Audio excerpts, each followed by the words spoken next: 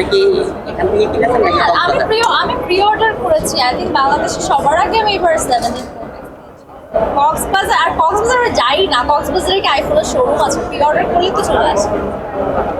আপনি কিন্তু কখনো এরকম অফার করে নেই তাই না? আমাকে এত কম দামে গিফটের জন্য অফার করবো না, আমাকে হয়তো বাড়ি গাড়ি কিনে দেওয়ার জন্য মার্সিডিজ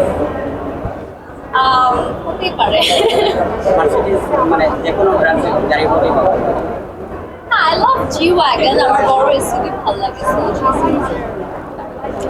এখন আপনি যদি এখন রিটার্নের অফার করে কতটা দিতে বলেন?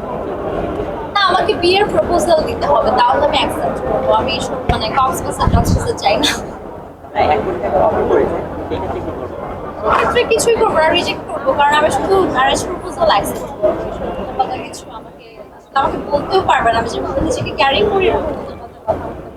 নিজে এসে সবাই গাড়ি বাড়ি দেখাচ্ছে এরকম সব কিছু আমি অনেক ভালো একটা পারিবারিক অবস্থানে আছি। অনেক মিডিয়ার মানুষজনই মনে করে যে ওরা এত টাকা কিভাবে, ওরা লাইফস্টাইল এরকম কিভাবে, এরকম বাড়িতে কিভাবে থাকে।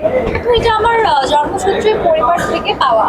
এটা আসলে আমার সুগার ড্যাডি বা এরকম কোনো কিছু না। আমি ছোটবেলা থেকে স্পয়েলড হয়ে বড় হয়েছি, স্বাবলম্বী ভাবে বড় হয়েছি। সো এটা আসলে কিছু না। আর মিডিয়ায় আমি আসলে বাড়ি গাড়ি করতে, টাকা পয়সা কামাতে আসিনি, আমি এখানে এসেছি মানুষের ভালোবাসা দিতে। তো আশা করি ভালোবাসার সাথে আসলে টাকা পয়সা একই হয়ে যাবে যদি আল্লাহ চায়।